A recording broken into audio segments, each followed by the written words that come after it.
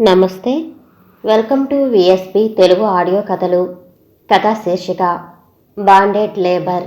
రచన ఇసుకపల్లి లక్ష్మీ నరసింహశాస్త్రి గారు. ఇక కథలోకి వెళితే, కీ కీ గుర్రమని చప్పుడవుతుంది. కర్కశంగా ఆ ధ్వని వింటుంటే ఒళ్ళు గలదరిస్తుంది. నాంచరయ్య చర్నాకోలు పట్టుకుని నిర్దాక్షిణ్యంగా ఎద్దును బాత్తుంటే అమ్మో అనాలనిపించింది. తన వీపు మీద కొడుతున్నట్టుగా ఉంది. చివాలున లేచి షోలేలు జైలర్లాగా పళ్ళు బిగించి కళ్ళు తిప్పేసి తల విదిలించేస్తూ శరీరాన్ని వణికించేస్తూ భూమి మీద గట్టిగా నిలబడ్డాడు రాజశేఖరం. ఓ కాంగలో కిటికీ దగ్గరకు వెళ్ళి నుదురు కిటికీ చువ్వలకు తగిలేటట్టుగా వంగి చూస్తున్నాడు. అదే ఎద్దు అదే గానుగ చుట్టూ తిరుగుతుంది. ఎద్దు మేడ కాడికి బాగా ఒరుసుకుపోయి ఇంతెత్తు ఉబ్బింది. బరువుగా మొండిగా అడుగు తీసి అడుగు వేస్తూ అంత బరువును బలవంతాన లాగుతుంది. కాలిగిట్టలు జారి ఒక్కసారి చప్పున కిందకు వంగింది. నాంచారయ్య ఎద్దుతో కమ్మెలేసి చర్నకోలు కర్రతో మొహం మీద మొట్టుతున్నాడు. మళ్ళీ సాపిగా లేచి తల ఊపుతూ కళ్ళార్పుతూ మెల్లిమెల్లిగా సాగుతుంది. ఇసుక ఒక పాళంలో తిరుగుతున్నప్పుడు కీచుమని శబ్దం వస్తుంది. ఆ ధ్వని మహాదారుణంగానూ భయంకరంగానూ వినిపిస్తుంది. చప్పున కిటికీ తలుపులు వేసేసి తన మెడను కుడి చేత్తో అటూ ఇటూ రాస్తూ అమ్మయ్యా అని పెద్దగా నిట్టూర్చాడు రాజశేఖరం. ఎప్పుడూ చూస్తూ ఉండేది, ప్రతిరోజు వింటూ ఉండేది ఆ దృశ్యం, ఆ ధ్వని. కానీ ఇవాళైతే రాజశేఖరానికి వింతగా తోస్తుంది. ఏమిటేమిటో ఆలోచనలు మెదడులో మెరుపుల్లాగా వచ్చిపోతున్నాయి. ఏమిటా ఈ జీవితం అని కొంచెం వేదాంతంలోకి పోయాడు. ఎలాంటి వాణ్ణి ఎలా అయిపోయాను ఆశ్చర్యపోతున్నాడు. నా మెడకు ఓ కాడి ఉంది. నేను చుట్టూ తిరుగుతూనే ఉన్నాను. నాకు దానికి ఏమీ తేడా లేదు. లోపల లోపల సనుక్కుంటున్నాడు. తల విదిలించేసి కళ్ళార్పుతున్నాడు. ఎప్పటి మాటో హఠాత్తుగా గుర్తుకొచ్చిందే, నిజంగా ఇదంతా మా అమ్మే చేసింది. నాకు నచ్చిందన్న తర్వాత మా అమ్మ వద్దంటానికి కారణమేమిటి? ఈ మాట కొంచెం పైకి బాగా ఉద్రేకంగానే అన్నాడు. చప్పున తమాయించుకుని అటూ ఇటూ చూశాడు. ఎవరూ లేరు అని సమాధానపడ్డాడు. ఏం కాస్త లావైతే ఏం? ఆ అమ్మాయి ఇప్పుడు నిక్షేపంగా కాపురం చేయటంలా ఏం లోపమొచ్చిందని? ఆ సంబంధమే నాకై ఉంటేనా మన తడాక చూపించేవాళ్ళం. అరండలపేటలో మేడ, బ్రాడిపేటలో 2 మండువా ఇళ్ళు, కొరిటిపాడులో స్థలం, పరిమిలో 4 ఎకరాల మాగాణి. ఇంకా డబ్బెంతుందో లెక్కలేదు. తలుచుకుంటుంటే ఇవాళకి కూడా ఏడుపొస్తుంది. చేతులారా చేసుకున్నాను. ఇంటికి అదృష్టం ఉండొద్దు. ఛీ, అయినా ఒకళ్ళని అనటం ఎందుకు? అసలు నేను పెళ్లి చేసుకోనని చెప్పా. నా మాట వింటేగా నా ప్రాణం తీశారు పెళ్లి చేసుకునేదాకా. అందులో మా నాయనమ్మ మరీను. నాయనమ్మ కోసం నేను పెళ్లి చేసుకున్నానంటే నవ్వుతారని ఊరుకుంటున్నాను. కానీ నిజానికి జరిగిందంతే. ఆవిడ చచ్చి స్వర్గానికి వెళ్ళింది. నన్ను బతికించి నరకానికి తోసింది. రాజశేఖరం ఊగిపోతున్నాడు. ఆయన మెదడులోకి ఎన్నెన్నో సంఘటనలు, దృశ్యాలు వచ్చేసి కలవరపెట్టేస్తున్నాయి. ఉక్కిరిబిక్కిరైపోతున్నాడు. మధ్య మధ్య కిర్రుకిర్రుమనే శబ్దం తనకు తెలియకుండానే చెవుల్లోకి వచ్చేస్తుంది. ఏమి జీవితం, ఏమి జీవితం! ఎట్లాంటి వాణ్ణి ఎలా అయిపోయాను? అలారం కొడుతున్న గడియారం మాడు మీద చప్పగా చరిచి విప్పిన పుస్తకం గుండెల మీద పెట్టుకుని గుర్రుమని నిద్రపోయిన రోజులవి. నేనేదో కాలేజీలో వెలకపెడుతున్నానని మొక్కాన్ని కార్డు రాస్తే 100 రూపాయలు మనీ ఆర్డర్ వచ్చేది. Poor father. పాపం, నా మీద ఆయనకు ప్రేమే తప్ప ఇంకోటి లేదు. ఏమో శేఖర్, ఇంకా నిద్రేనా? బెడ్ కాఫీ వచ్చింది అని తల్పసాయి నిద్రలేపాడు. అంతవరకు ఇంత ప్రశాంతంగా హాయిగా నిద్రపోయేవాణ్ణి. ఇప్పుడా? సరేలే, ఇంకా తెల్లవారక మునిపే నిద్రమంచం మీద నుంచి ఉలిక్కిపడి లేచి చావాలి. పాలో దూద్వాల అరుపులు, అంతకంటే ఎక్కువగా కుక్కల అరుపులు. చకచక మంచం మీద నుంచి వీధి తలుపు తీసి పాలసీసాలు లోపల పెట్టాల్సిందే. లేచిన వారు ఎట్టాగో లేచారు. ఆ కాఫీ డికాషన్ కూడా కాస్త తీసుకుని ఉంచితే చేతులు అరిగిపోతాయా? అసలు ఆ చెప్పటంలో సరసం చూడండి. అవును, నిజానికి నా చేతులు అరిగిపోవు. ఆఫీసులో చేసే చాకరీకి పోల్చి చూస్తే అరిగిపోని మాట నిజమే. ఉలిక్కిపడ్డాడు శేఖరం. చెన్నాకోలు చప్పుడు గట్టిగా వినిపించింది. చప్పున కిటికీ తలుపులు తెరిచాడు. ఎద్దు మొండికేసింది. కదల్లేకపోతుంది. కింద కూర్చుంది. నాంచారయ్య నిలబడి దాన్ని నానా హింస పెడుతున్నాడు. కానీ కదలటం లేదు. కదల్లేకపోతుంది. వంగి వంగి దాని తోకను మెలిపెడుతున్నాడు. గడ్డిమంట పెట్టి అదిలిస్తున్నాడు. హడలిపోయి భయంగా లేచి నిలబడింది. నాంచారయ్య మొహం విప్పారింది. మళ్ళీ ఇరుసు పక్కన కూర్చుని హై హై అంటూ బొసలు కొడుతూ కళ్ళ వెంబడి నీళ్లు కారుస్తూ ఎద్దు మళ్ళీ అడుగు తీసి అడుగు వేస్తుంది. రాజశేఖరం మనసు వికలమైపోయింది. అబ్బా భరించలేము, నోరు లేని జీవి కదా అని అట్లా కాల్చుకు తినటం మహాపాపం, మహాఘోరం. వా పెద్ద నోరుంది, నాకు నలుగురిలో నిలబడి గంటల తరబడి ఉపన్యాసం ఇవ్వగలను. ఆర్యభట్టు దగ్గర నుంచి అంగారక గ్రహం దాకా నాకు తెలియని విషయం లేదు. అసలు ఆ మాటకొస్తే ఆ రోజుల్లో నేను కాలేజీలో చదివే రోజుల్లోనే నా జనరల్ నాలెడ్జికి లెక్చర్స్ డంగైపోయేవాళ్ళు. ఏం లాభం? నా తెలివితేటల్ని ఉపయోగించుకునే అదృష్టం అటు పబ్లిక్ సెక్టార్కు లేదు, ఇటు ప్రైవేట్ సెక్టార్కు లేదు. ఇది నేషనల్ వేస్ట్, కళాశాల వేస్ట్. అయినా నేనొక్క పొరపాటు చేశాను. రాజశేఖర్ తాను చేస్తున్న తప్పును మొట్టమొదటిసారిగా తనలో తాను విప్పుకుని చాలా తీవ్రంగా పశ్చాత్తాపడుతున్నాడు. తాను ఊహించింది రైట్ అని, తాను చేసిందే సబబని ఎంతసేపైనా ఎడతెగగా వాదించే సమర్థత ఉన్నవాడు ఈనాడు తనలో తాను సర్దుబాటు చేసుకుంటున్నాడు. నిక్షేపం లాంటి అసైన్మెంట్ను పోగొట్టుకున్నాడు. అబ్బా! ఫాల్స్ స్టేప్ కింది పెదమను పంటితో గట్టిగా బిగించేసి కసిగా చూస్తున్నాడు. పోన్లే, నేను ఒకరి కింద పని చేయటమా? అబ్సర్డ్ అనుకున్నాను. నా వ్యూస్ డిఫరెంట్గా ఉండేవి. ఉద్యోగం స్త్రీ లక్షణం అనుకుని దగ్గరకొచ్చిన దాన్ని కాలతన్నేశాను. అది పెద్ద బ్లెండర్. నోరు ఇంతగా తెరిచి తలపైకెత్తాడు. ఎదురు గోడ మీద వేలాడుతున్న అద్దంలో తన మొహం వికృతంగా కనిపించింది. మొహం చిట్లిస్తూ వింతగా చూస్తూ నిలబడ్డాడు. ఏమిటట్లా అయిపోయాను అనుకున్నాడు. మొహంలో ముడతలు బాగానే వచ్చేసినాయే. నేను రాసుకుంటే తెలియటం లేదు. తలంతా తెల్లబడిపోతుందే. కొంప తీసి ముసలివాణ్ణవుతున్నానేమిటి? అయినా నేనివ్వాల్టి వాణ్ణ. ఆగస్టు మూవ్మెంట్ అప్పుడే 16 ఏళ్లున్నాయి. తనలో తాను సమాధానపడ్డాడు. అసలు నేను మరిచేపోదాము అనుకుంటూనే అవే జ్ఞాపకం వస్తాయే నాకు. అదేం కర్మో. నా కాళ్ళకు గొలుసులు వెయ్యలేదు, నా మెడ మీద కాడి పెట్టలేదు, అంతే. అంత మాత్రం చేత నేను స్వేచ్ఛగా స్వాతంత్ర్య వాయువులుగా పీలుస్తున్నానని ఎవరైనా అనుకుంటే అంతకంటే పొరపాటు ఇంకొకటి లేదు. వెధవ, నిన్నగాక మొన్న ప్రమోషన్ వచ్చింది. రామనాథానికి అంత పొగరా? ఏమోయ్ అంటాడా నన్ను నలుగురిలోనూ? ఈ 10 కవర్లు డిస్పాచ్ చేసి మరీ ఇంటికి వెళ్ళమన్నారండి అని యాదగిరి చేత తాకీదు పంపిస్తాడా? ఎమర్జెన్సీ కాబట్టి బతికిపోయాడు, లేకపోతే ఏం చేసేవాణ్ణో. అయినా మెత్తని వాణ్ణి చూస్తే ఒత్తబుద్ధి పుడుతుందని అది వరకు మాత్రం నన్ను సీటులోంచి కదలనిచ్చేవాళ్ళ? ఎంతెంత పని చేశాను. ప్రొబేషనరీ పీరియడ్ అని హడలు కొట్టేసేవాళ్ళు. 6 నెలలయ్యింది, ఏడాదయ్యింది. ఆ పీరియడ్కు అంతలేదే.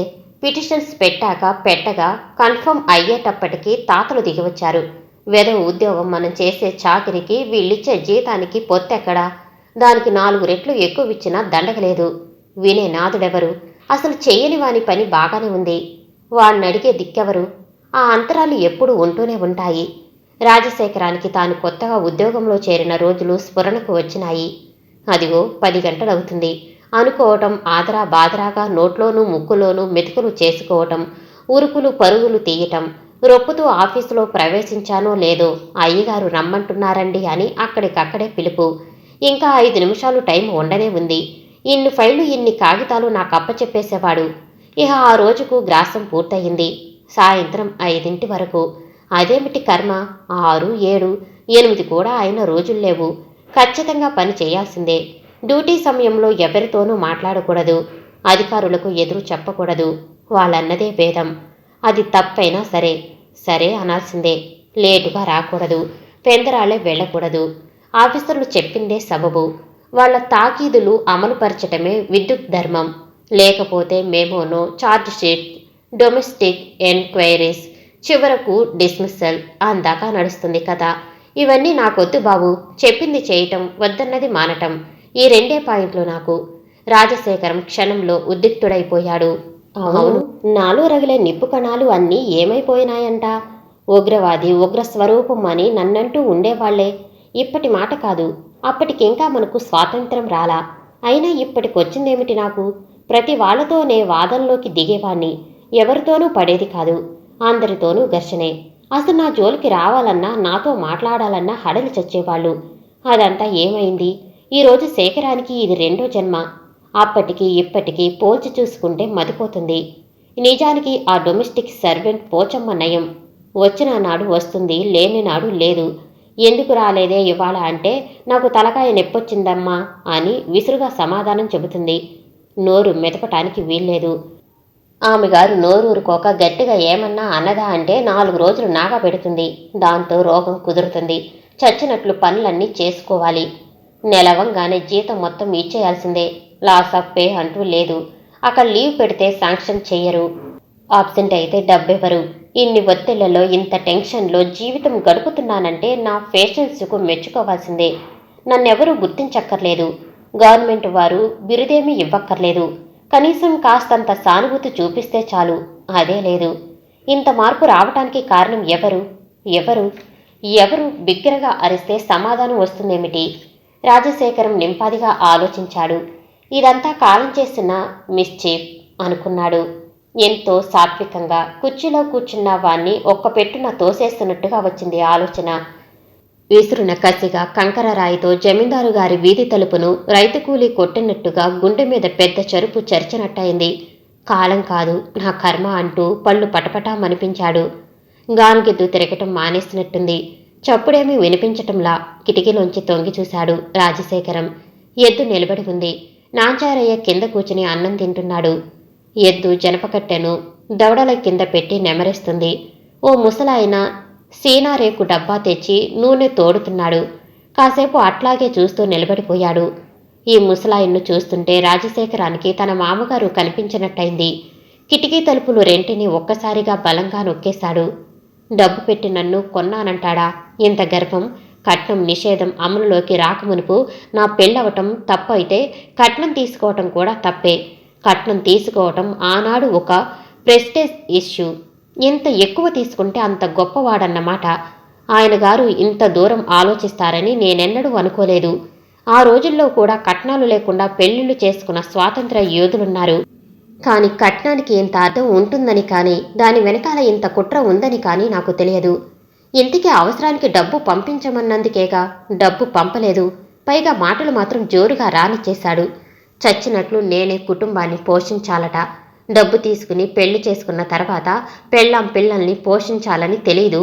అప్పుగా ఇవ్వమని ఇప్పుడు రాయటం, తర్వాత మెదలకుండా ఊరుకోవటం. ఈయనివాళ అప్పు చేస్తే తర్వాత ఎట్లా తీరుస్తాడు? ఏమిటవన్నీ? ఇవ్వటం ఇష్టం లేదు, ఇవ్వటం మానాలి. అంతేకాని నానా మాటలు అంటానికి ఆయనకు అధికారం ఎవరిచ్చారో? ఎంత ధీమా, ఎంత అహం! అసలు పెద్ద పొరపాటు చేసింది నేను. ఆ కట్నం తీసుకోవటంతో వచ్చింది ఇదంతా. లేకపోతే ఆయన్ను ఒక ఆట ఆడించేవాణ్ణి. ఏమైనా ఇప్పుడు ఆకులు పట్టుకుంటే ఏం లాభం?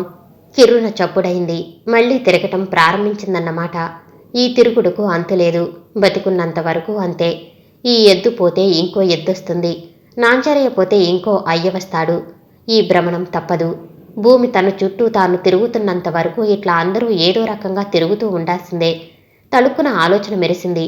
ఆఫీసులో కట్టుబడి 30 రోజులు పని చేస్తే ఫస్ట్కు జీతం అంటూ ఇస్తారు. ఆ డబ్బు కోసం నేను తప్పనిసరిగా పని చేయాల్సిందే. పని చేస్తేనే డబ్బిస్తారు. పని మానటానికి వీల్లేదు. పని మానేస్తే ఇంట్లో ఘోష బయలుదేరుతుంది.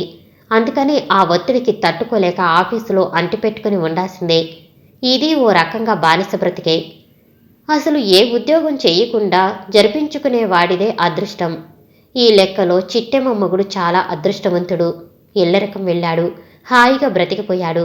పంజరంలో చిలకని నలుగురు ఎగతాళి చేస్తారు కానీ ఆ బ్రతికే హాయి. చీకు చింతా లేదు. మనిషికి కావాల్సింది తిండి, బట్ట, ఉండటానికి ఇల్లు. ఈ మూడు ఉన్న తర్వాత వాడి బతుకు రాజా బతుకు. అప్పటి రాజా వేరు, ఈనాటి రాజు వేరు.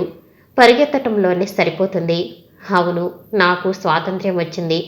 అయితే ఆర్థిక స్వాతంత్ర్యాలా? దానికోసమే ఈ పరుగులు. ధరలతో పాటు ఎంతసేపని పరిగెత్తాం. కాళ్ళు చచ్చుబడతాయి.